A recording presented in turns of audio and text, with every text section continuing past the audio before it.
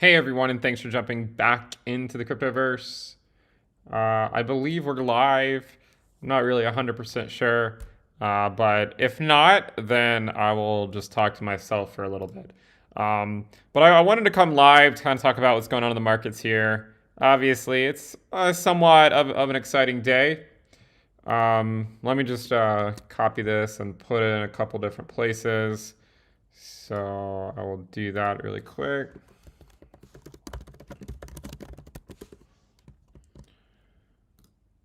There and here. All right. So, Bitcoin is now at a very modest $41,459. And it's a good day, right? Bitcoin went up what 11.5% or something like that. But the thing is as much as we would like to become euphoric, which I get it, right? I mean, anytime you own something that goes up 10% in a day, especially Bitcoin, right? It's hard not to get excited. Okay. And I mean, it's easy to, right? It's easy to get excited about these things. But remember that we have a long way to go, right? I mean, this is no one here should be getting out of bed for a $41,000 Bitcoin. So I do want to remind people that it is easy to get excited about a price that was, say, the doomsday price just a couple of weeks ago. You can see that we dumped from these levels literally 2 weeks ago. Okay, so the price we're at now, while I understand it's invoking some level of euphoria, I would recommend maybe taking a cold shower or something and just looking at it for what it is. Like, all right, well, Bitcoin's at 41K. Congratulations, right? We're at the same price that we've basically spent the last year at. So I do think it's good to have some perspective on things, not to let your emotions, really take over, but to look at it from a more practical standpoint and say, all right, look, we had a 10% move to the upside. This is good, right? It's a great starting point. We want, a 300% move to the upside. Okay, so until that happens, there's really no reason, to even think about this being super exciting. So what we want to do, we want to look at a few different indicators, and I'll just answer some questions, and then we'll call it a night. Okay, and it is a Friday night, so I doubt there's a whole lot going on tonight in terms of people watching. Hopefully, people have better things to do than watch me talk about Bitcoin on a Friday night. But here we are. Let's talk about it. So, the first thing I want to look at is the I want to look at the corridor. So this is an indicator I put out back in March, I believe. I think in March or April, I believe, something like that. And the point of the indicator was to try to gauge where, what could Bitcoin do in the short term, right? Like, could it, how far down could it go in the short term? How far up could it go? And since then, it has done relatively well. Okay, I mean, it's not perfect.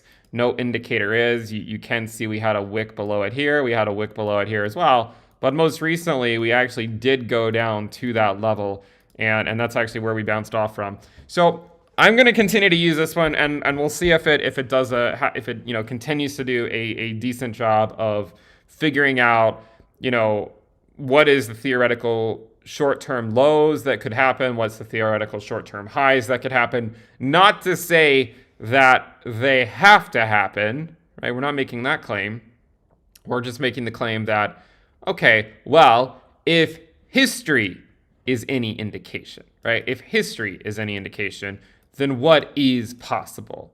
And that's the point that we want to make.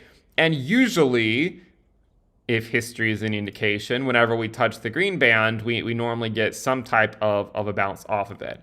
Okay, this one we ended up going lower much later on, but usually when we hit this green band, we get some type of bounce. And if we zoom in again, yeah, you can see that, all right, we have another bounce off of the corridor.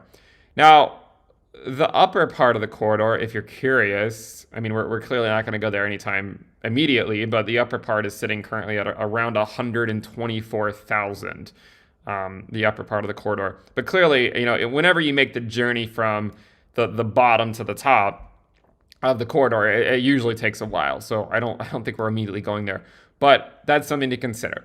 Okay, another indicator that we've spoken about on the channel a few times to consider is the fair value. So I made 2 videos on the fair value about a week ago or something like that. I think it was about a week ago, maybe 2 weeks ago. We talked about the fair value, and interestingly enough, the wick here, not only, not only does it correspond to the fair value, but it also corresponds to the bottom of the corridor, which is what our thesis says. Okay, this is the short-term bottom. It doesn't mean it can't eventually go lower, but at least in the short term, it would seem that could be a local bottom. So far, we've seen a bounce off of the bottom part of the corridor, and we've seen a bounce off of the fair value. Now, one of the things that I've talked about before is that if we isolate if we isolate the fair value and forget about the corridor for a minute, one of the things we've noted before is that usually, if history is any indication, as long as Bitcoin stays above the fair value band, then the market cycle is still theoretically intact. Okay, that's been our thesis. And the reason we say that, and by the way, when you go below it, it doesn't really mean anything at that point, because then you just have to recognize that you're in an accumulation phase for whatever the next cycle is going to be. More than likely. Doesn't have to be like that, but more than likely, if you go below the fair value band, you're more or less just in long reaccumulation for the next cycle to occur if you break below. But there's also an instance in the past where we came down to the fair value logarithmic regression band, and we did that back in the summer of 2013 when we had this double peak cycle, right? We had this double peak cycle, and we came down to the bottom part of the fair value band. By the way, the bottom part of the fair value band currently is sitting at around 27K, just to give you an idea. We didn't go that low, or we haven't gone that low, but we did go to the middle part of the band. So, I will still hold out hope that the cycle still has a lot to give, and that we're not necessarily destined to come spend a lot of time down here at this current time. I do think in the future we will go to those, we will go below the fair value and spend 1 or 2 years there. I'm just hoping that it's not now. I'm hoping that it's not like at this phase. But it is at least an indicator that we can continue to talk about. Okay, so you have the fair value. You also have the logarithmic regression bands. I think these do a fairly decent job of containing the Bitcoin price. And I think one thing to think about when you think about the lower bound regression band and the upper bound regression band is really to say, well, it should contain the macroscopic Bitcoin price moves, right? It should contain them. And we've seen that happen, okay? So we've definitely seen that happen. We came out of the fair value over here. We even made a video when we poked our head above it right here. We basically just went straight to the upper one. We came back down to the midpoint, or a little bit lower, back up, not quite there, back down, not quite there either. So it seems to me like Bitcoin is just in no man's land, right? Like we're not at the historical bottoms that we've seen in the past, but we're also not really hitting historical highs, at least going into the regression band like we've seen before. So just something to continue to monitor. If you're curious where we would need to go into either of these regression bands, for us to go into the lower regression band, the price would need to go below 29,000. For us to get back up to the upper regression band, which we made it to earlier in 2021, but now, because again, it is a monotonically increasing function, now to get there, we would have to go to 83.7K, and the upper line is now at 123.8K. So definitely a long way to go for us to have any hopes of getting there. But I do want people to, try to take a step back, recognize that there is a mountain to climb ahead of us if we're going to, to go into, another leg to the cycle, which is what I would hope happens. Do remember that there is a mountain to climb. We need to we already got past 40.7. We need to get past the $42,000 level, which corresponds to, to that local top over there. We need to get past the $46,000 level, which is where we spend a lot of time over here. There's a 53K level, but there's also the trusty bull market support band or bear market resistance band, if you want to call it that, when we're below it. So this is what I'm looking at, all right? And this is what I think you should be looking at too, is there's, in order to put on our rally hats and really see things move, we have this boss that we have to get past, right? So this is a pretty big boss that you need to get past. And currently, the valuation of that bull market support band or bear market resistance band, whatever you want to call it, currently ranges from 47K to 51K. So if you see us go up to 47K, then you should know that is actually the 21-week EMA, right? So, sorry, I'm just reading the comments really quick. So I basically, the point is let's focus on the bull market support band and let's see if we can actually get back above it. Okay, until then, you guys know where the price of Bitcoin is, right? We are simply playing in the sandbox. We've been playing in the sandbox for quite a long time. Remember, the thesis for this market cycle that we've been saying is that if we're gonna go below the bull market support band, then the idea is whenever we do go below it, we'll probably spend 3 to 6 months below it, okay? This is what we said back during the summer lull. We said 3 to 6 months, right? Give it 3 to 6 months and we should be able to get back above it. And you can see that, in fact, it took, really to break above it, it took 13 weeks, okay? 91 days, so approximately 3 months. If we go look at the current one to see, okay, where are we now? We're 63 days in, okay? Now, in order to get to the same amount of time that it took us to break above it last time, we need to get to 91 days. That would put us out in late February. So basically, you'd be talking about late February, really the last day of February, but going into the first week of March, if that is what is going to repeat, right? This is just if what happened last time happens this time, then we still have probably a few more weeks below the bull market support band before we have a realistic shot of breaking through. The other thing I wanted to mention, we actually did a video on this recently, was looking at this correction in comparison.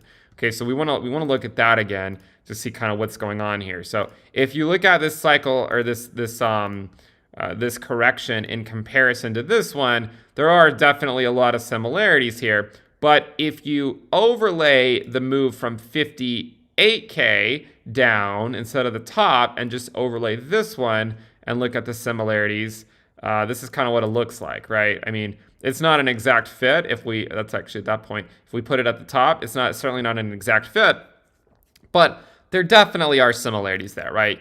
The similarities being, you see these three little mini peaks in a downtrend. We saw the same thing over here, 3 little mini peaks in a downtrend, a fourth push to the upside, and then further capitulation down, a move back up, a capitulation down, and they capitulate basically to the same value. And then you get a spring back up. So we're looking at a relatively similar pattern as we saw back over there. If you actually measure it from the local top of 64K, it looks something like that. And if that's going to play out, then you can see we actually are in fact ahead of schedule from when it should have done something like that. But I do want people to remember that Bitcoin hasn't really done anything in a year. Okay, I mean, it really hasn't.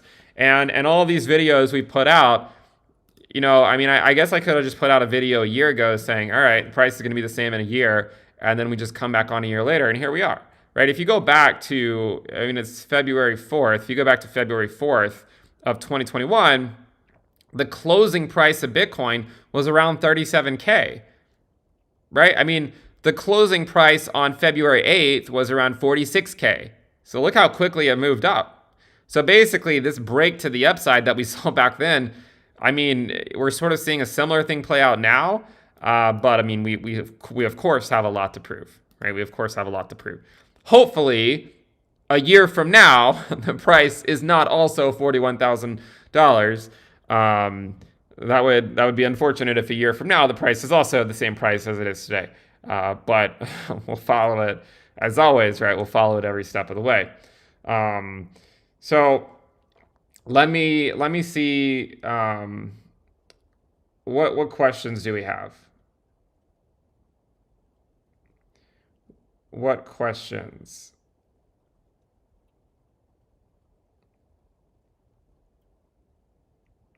Someone says no more blow off tops. I've thought about that before, and one of the things that we've seen this cycle so far, all of these major peaks. I think you could argue that we've had three well-defined, at least local tops. We had the one in 2019, the one in early 2021, and the one in late 2021. And all of them have more or less been rounded tops, right? Like this one was a rounded top and then it slowly bled. This one was a rounded top and then it bled. And then this one was a rounded top and then it bled.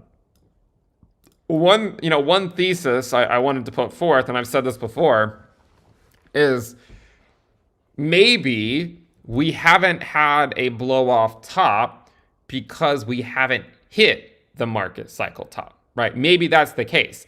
Maybe that's the reason we haven't seen one, is just because we haven't had the final mania phase where you typically see one. I mean, at least if you go back to 2017 and look to see what happened, this final blow off top, I mean, that was it. I mean, that was it for the next several years. Okay, so while it is certainly possible that Bitcoin does not experience a blow off top, I do want people to be cognizant of the fact that it could happen.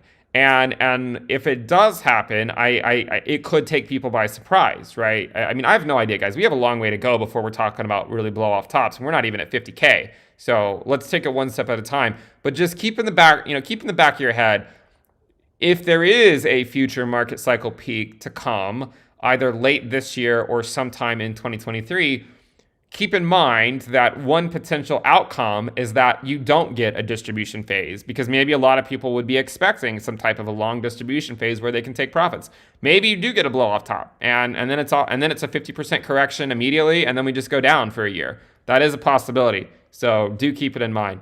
I think that also we need to in the short term, it still remains prudent, I think, to not get super excited about this move. I mean, I would love for us to just climb higher, and there's a chance that we do, right? There is a chance that we do, but you need to stick to whatever strategy you're using. So if you're DCAing, you can keep DCAing. If you're doing something else, you can do that. I assure you, I have no idea what's going to happen in the short term. Tomorrow, Bitcoin could be at 47K, could be back at 35K. I have no idea. But it's not going to change my strategy, right? So it shouldn't. I mean, my strategy will stay the same no matter what it does in the short term, unless it goes parabolic, right? So try to come up with a strategy and stick to it, and try not to stray from it. All right, let me we'll answer a few questions, and then I'm going to get going. By the way, if you guys want to check out the premium list, I would encourage you to go check it out, intothecryptoverse.com. We have a whole lot of stuff there now, by the way. We have all sorts of charts, the total crypto market cap and trend line, all these ROI charts, all these on-chain charts. We have derivative charts. So check it out, intothecryptoverse.com. We also have the risk levels and more. So let me see, what questions do we have?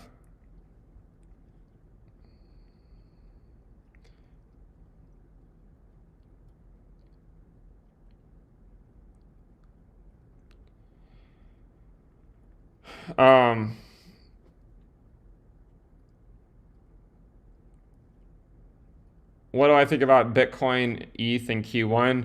Look, my expectations will remain tempered. For me, anything between 2 and 4K for ETH is just kind of what we've experienced over the last year, and I don't really see any reason to get excited or discouraged if the price of Ethereum is range bound between $2,000 and $4,000. I know a lot of people get depressed when we go to the bottom of the range. A lot of people get euphoric when we go to the top of the range, but that's just the range we've been in for the last year. So for me, it's just the same thing, right? Like I don't really get why there's so much euphoria to go from the top to the bottom or the bottom to the top. But yeah,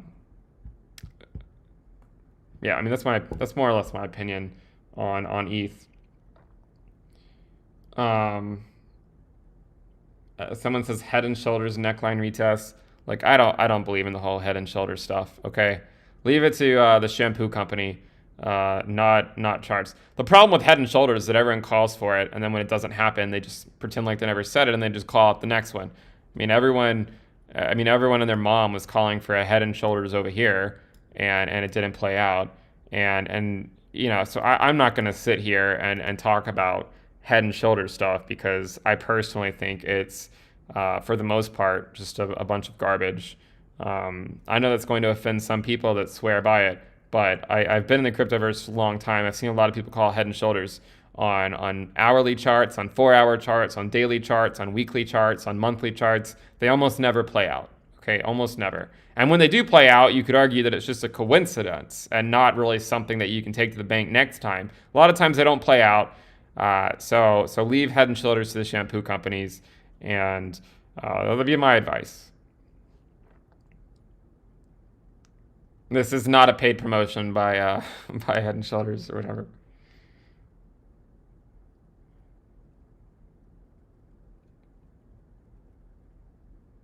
Yeah, we can look at the weekly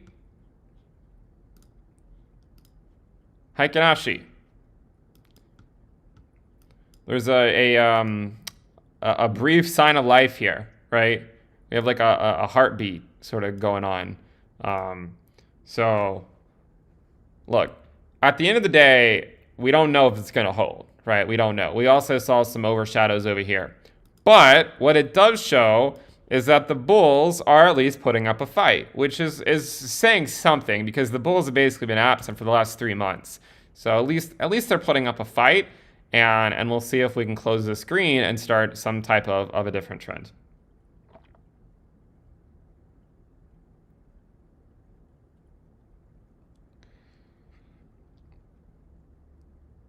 Someone says still a fan of Litecoin. I've never been a fan of Litecoin, but I'm sure you know that.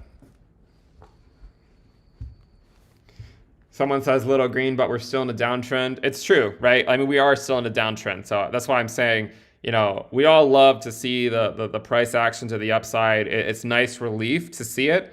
But I also think it makes sense to be like, all right, guys, we are still technically in a downtrend. So before you get Forbes on the line, let's actually make sure we can turn this thing around.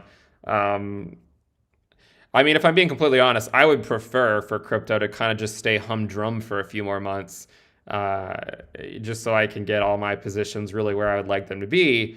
But again, you take what you can with crypto, and you move on.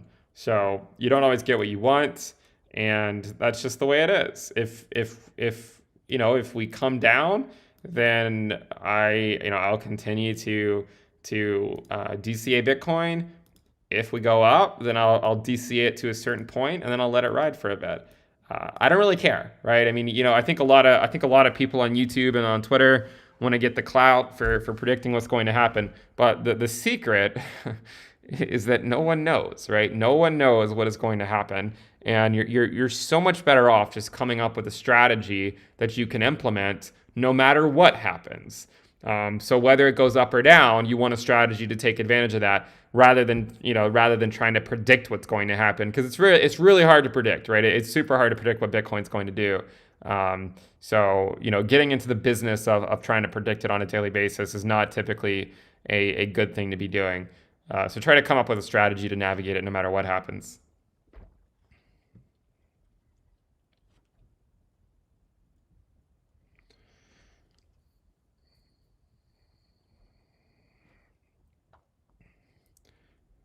What do I want for a weekly close?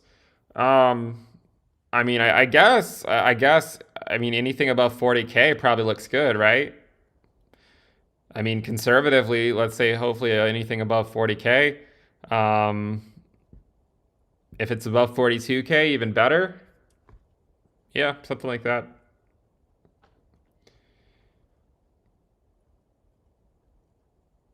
Um,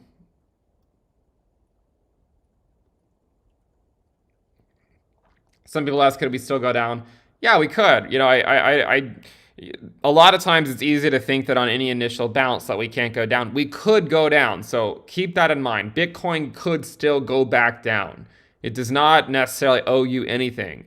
So remind yourself that there does exist a future path where it could still go down again before it goes up. So remind yourself of that, right? Remind yourself.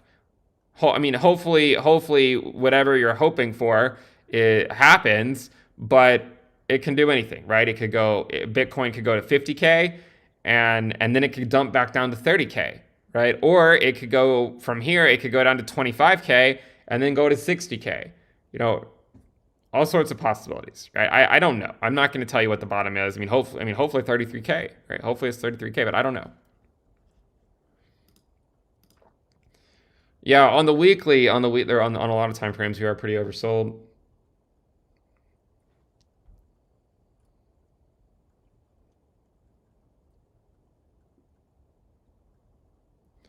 Someone says we're never going below 40K again. Like, I hope you're right, but um, it does seem like it might be a little too premature to say that. um, I mean, if you go look at let's go look at the Heikin-Ashi candles.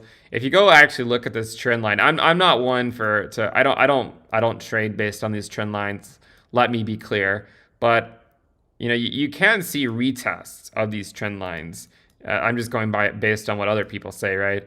When you break out, sometimes you can actually come back down and test it and then blast off. So that does certainly, that potential path does exist.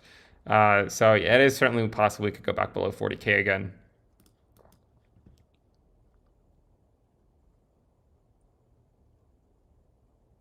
Do I think ADA can overtake ETH? No.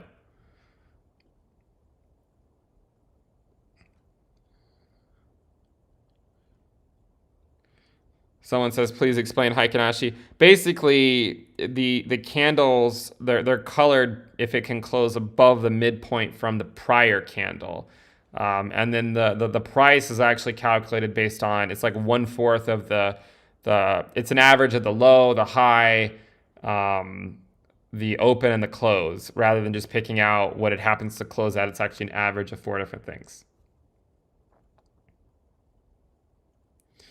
Where's the house analysis? Yeah. We're not drawing houses right now, guys. We still have a while to go before we can draw houses again.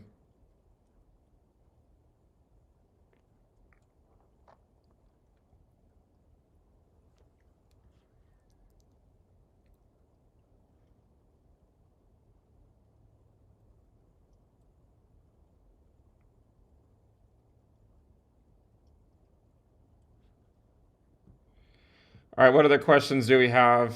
Probably gonna get going soon.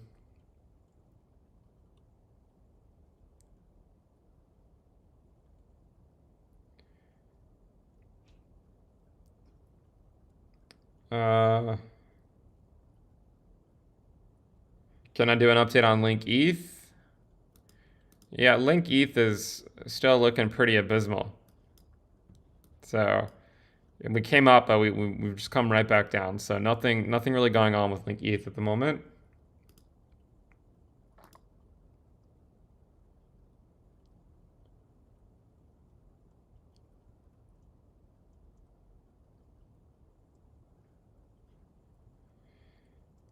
Okay.